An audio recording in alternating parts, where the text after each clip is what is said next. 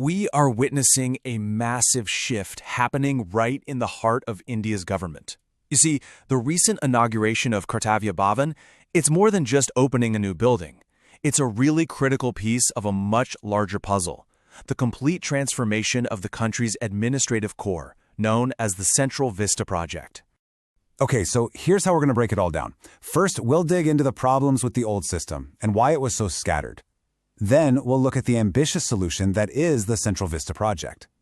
After that, we're going to step inside the new Kartavya Bhavan, explore the whole philosophy of duty behind the name, and finally, see how this massive development also makes room for heritage. All right, first things first. Why was a project this huge even necessary? Well, to really get that, we need to look at the pretty significant challenges the old administrative system was facing. Let's start with a single, very powerful number, 1,500 crore rupees. Now that is the estimated amount the government was spending every single year just on rent for office space because its ministries were spread all across Delhi.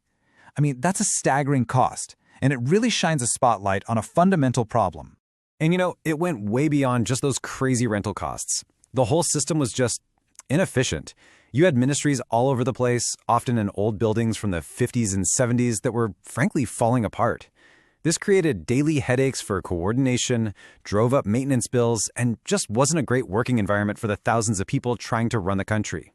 So how do you fix a system that's expensive, spread out, and frankly, outdated?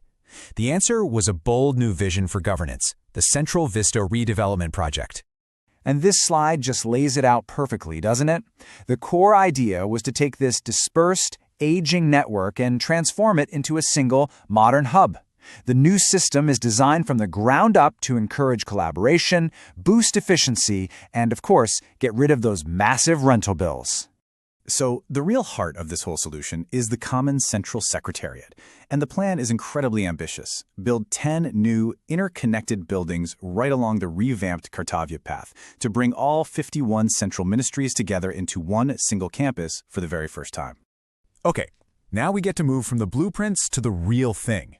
We've talked about the problem and the grand solution, so now let's take a look at the first huge milestone that's already up and running, Kartavya Bhavan. This is the first tangible step into this new era. So the first major moment was the inauguration of Kartavya Bhavan 3 by the Prime Minister. And this wasn't just a simple ribbon cutting. No way. This marked the actual operational start of the Common Central Secretariat.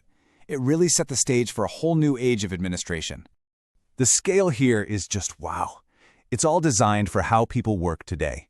We're talking 1.5 lakh square meters, 7 floors, and well over 100 different conference and meeting rooms. This whole setup is built specifically to make that kind of smooth inter-ministry teamwork happen, the very thing that was so tough in the old system. But this project is about so much more than just being big. It's designed to be a model for sustainable governance. I mean, it's aiming for a GRIHA 4-star rating, which is a really high bar for green buildings in India. It's got its own solar plant on the roof, a water system that recycles over 1 million liters every day, and it even processes its own waste. This is literally a green future built into the government's core. And the momentum just kept going. A few months later, bam, another major milestone. 2 more of these huge administrative blocks, Kartavya Bhavan 1 and 2, were inaugurated, along with the incredibly important Seva Tirth complex. This slide really shows you the power of bringing everyone together.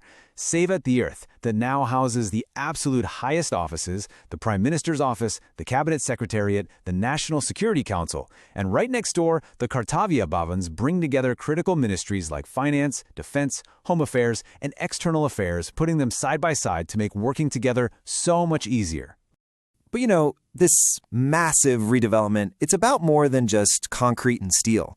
It's also designed to signal a pretty fundamental shift in mindset. And you can see that change in the very names they've chosen for these new landmarks. The word Kartavya, it was chosen very deliberately. It means duty, and it's a concept that's deeply, deeply rooted in Indian philosophy. It's all about responsibility and a commitment to doing what's right for the collective good. So the name itself is meant to reshape the whole spirit of governance. And during the inauguration, the Prime Minister really drove this point home. He said the name represents a guiding principle. It's a constant reminder for everyone who works there, a reminder of their purpose, to serve the nation and to help realize the dreams of its people. So you can see this really clear story being told here. It starts with renaming Rajpath, the path of rule, to Kartavya Path, the path of duty. Then the government buildings are named Kartavya Bhavan, the building of duty. And finally, the Prime Minister's office complex is named Seva Tirth, which means the pilgrimage of service. It's a huge symbolic shift away from the old language of rule toward a new vocabulary of public service. Okay, so this brings up a really important question. With all these shiny new buildings going up, what happens to those iconic, historic buildings that are now empty? Well, this is where the project's vision of Vikas and Virasat, or development and heritage, really comes into play. So instead of being torn down, the iconic North and South blocks, which have been the seat of Indian power for decades, are going to be preserved and repurposed. They're going to be transformed into a brand new national museum, giving these historic buildings a whole new life and a new purpose for the public. And this isn't just any museum. It's called Ujugin Bharat. And the plan is to create a world-class cultural destination that tells the story of 5,000 years of Indian civilization. The beautiful old exteriors of the buildings will be carefully preserved, while the insides are updated to house up to 1 lakh artifacts for millions of people to come and experience. When you lay it all out on a timeline like this, you really get a sense of the whole transformation. It shows this clear, phased plan, moving systematically from public spaces like Kartavya Path to opening new administrative buildings, and finally to creating these amazing new cultural institutions. So really what this all boils down to is a two-part strategy. On one hand, you're building a modern, efficient, and sustainable administrative center for the future, and on the other hand, you're honoring the past by giving India's incredible architectural heritage a vibrant new purpose for the people. And that leaves us with one final big question to think about.